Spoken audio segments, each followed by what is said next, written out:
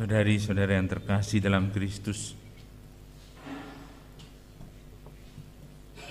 di hadapan misteri kematian, kita sebagai manusia yang lemah tidak tahu berkata apa-apa.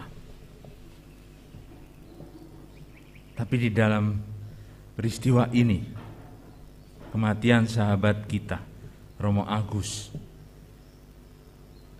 lebih lagi, kita bukan hanya tidak tahu mau mengatakan apa, kita mau berduka tapi tidak keluar air mata. Kita mau mengatakan seperti saya dengar, akhirnya biarlah, karena demikian lebih baik bagi dia untuk lepas dari penderitaannya. Jadi kita senang gitu, tapi kita menangis. Begitulah Romo Agus. Dari sejak hidupnya memang kadang-kadang membuat kita bingung, tapi kita sayang pada dia. Kita merasa begitulah imam yang apa adanya. Benar kalau hari ini ketika kita mendengar berita kepergiannya, langsung banyak komentar yang mengatakan kenangan ini tidak akan mudah berlalu. Keteladanannya akan tetap kita ingat. Seorang imam yang sederhana, yang dekat dengan semua. Bahkan kalau mau dikatakan, ketika mendekat sampai ke Padang, seolah-olah semua tukang gojek itu mengiringi jenazahnya. Gojek-gojek pun bergerak gitu. Beliau yang sudah diberi tempat kamar yang mewah, kalau perlu tidak perlu meninggalkan rumah sakit supaya bisa dirawat, diperhatikan oleh orang-orang perawat-perawat dan dokter yang sungguh-sungguh mau supaya penyakitnya bisa dilawan, diatasi.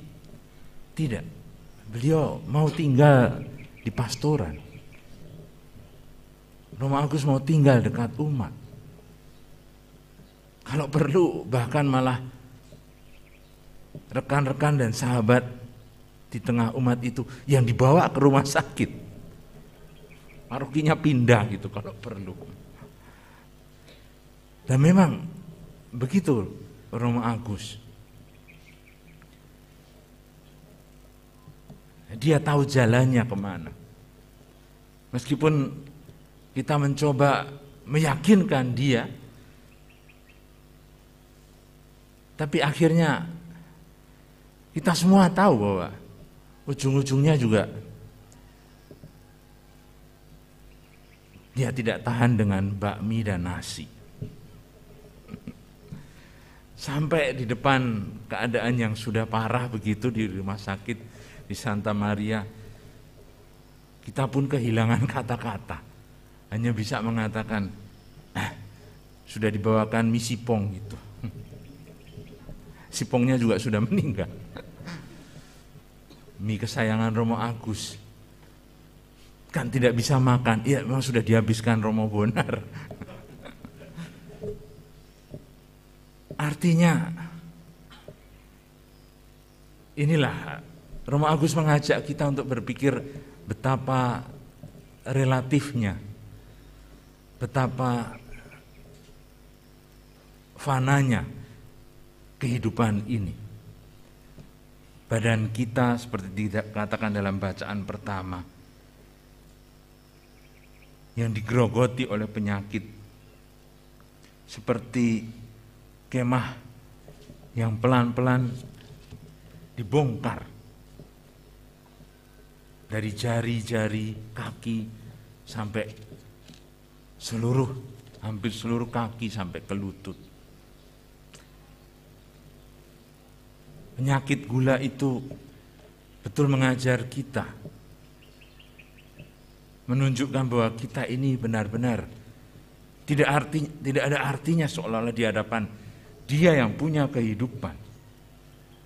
Tapi semangat, tapi keinginan untuk menikmati yang enak itu tidak bisa dihindari.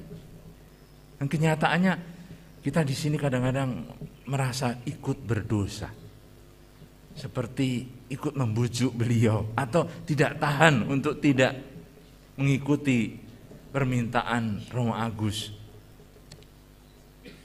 Sampai akhirnya sembunyi-sembunyi juga kita akan belikan apa yang dia mau. Seolah-olah memang menantang kematian itu sendiri. Seperti kita mau mengatakan bahwa ternyata yang lebih penting adalah kebahagiaan sahabat. Yang lebih penting adalah relasi yang tetap terjalin, perhatian dari umat. Bagaimana kita mau marah, tapi akhirnya kita juga kalah. Kita mau mengatakan tidak, tapi akhirnya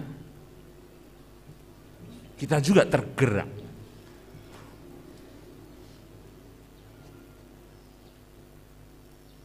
Lama saya bicara, paling lama maksudnya ketika saya mengunjungi Romo Agus di sini, ngobrol untuk meyakinkan beliau supaya mau melepaskan tugas sebagai pastor paroki dan menerima pastor lain yang ketiga di tempat ini.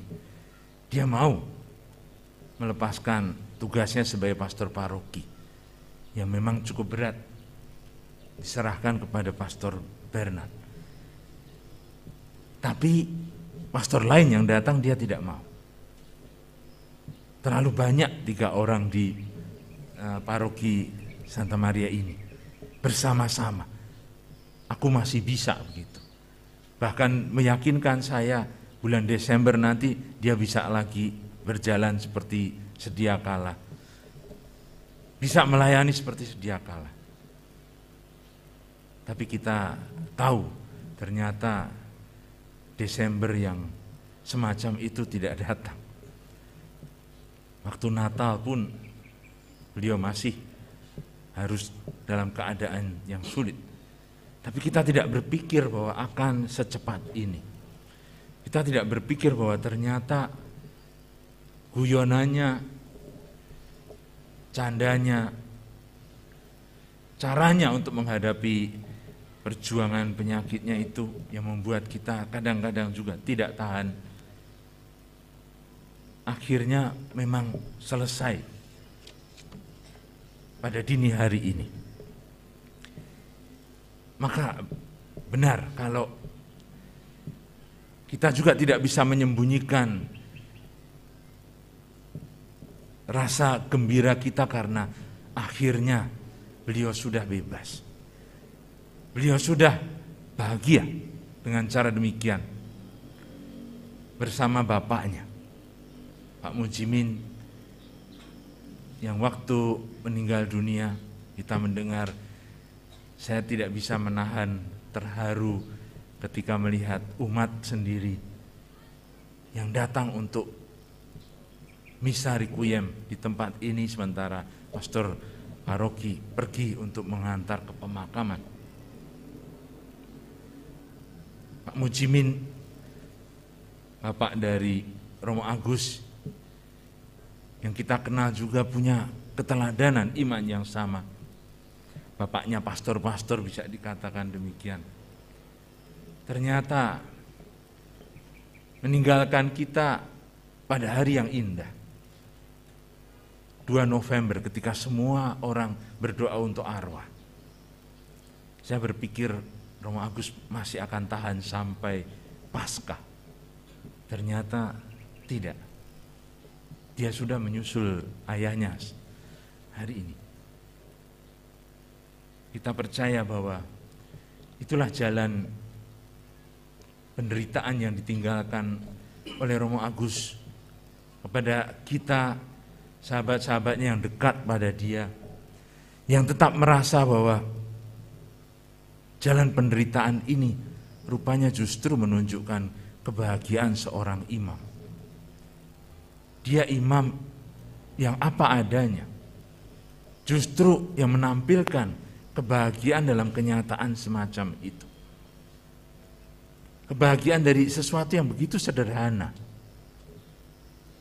Sepiring nasi dicampur bakmi. Yang kita pikir satu bom bagi orang yang punya sakit gula. Tapi ternyata itu kebahagiaan yang rupanya dibagikan bersama dengan OMK, dengan ibu-ibu, dengan sahabat-sahabat yang selalu memperhatikan dia. Maka saya kira kebahagiaan yang semacam ini yang tetap akan melekat di hati kita. Kebahagiaan semacam ini yang kita rindukan, ditampilkan juga oleh imam-imam yang mempersembahkan dirinya bagi pelayanan pada umat. Mungkin bukan imam yang suci saja, tapi imam yang bahagia. Itulah seperti yang ditinggalkan oleh Romo Agus dalam pesan kehidupan yang dia lewati bersama kita. Dan kita percaya justru karena bacaan Injil tadi yang menunjukkan keyakinan kita sebagai orang beriman, percaya jalan yang ditempuh itu adalah jalan yang juga ditempuh oleh Yesus sendiri. Barangkali kita yang kecil dan lemah bertanya terus, karena misteri ini tidak pernah bisa kita pahami. Tuhan, kami tidak tahu kemana Engkau pergi. Bagaimana kami tahu jalan ke situ? Romo Agus tahu jalannya. Ketika Yesus menjawab, akulah jalan, kebenaran, dan kehidupan. Dan dia menghayati jalan itu, penderitaan itu dengan kebahagiaannya sendiri sampai akhir hayatnya. Maka kita percaya bahwa di sana beliau sudah diterima oleh Tuhan sendiri.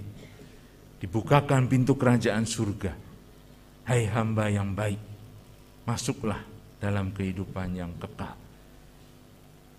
Kebaikan dan kesetiaan yang diperjuangkan sampai akhir oleh Romo Agus yang menjadi teladan bagi kita semua.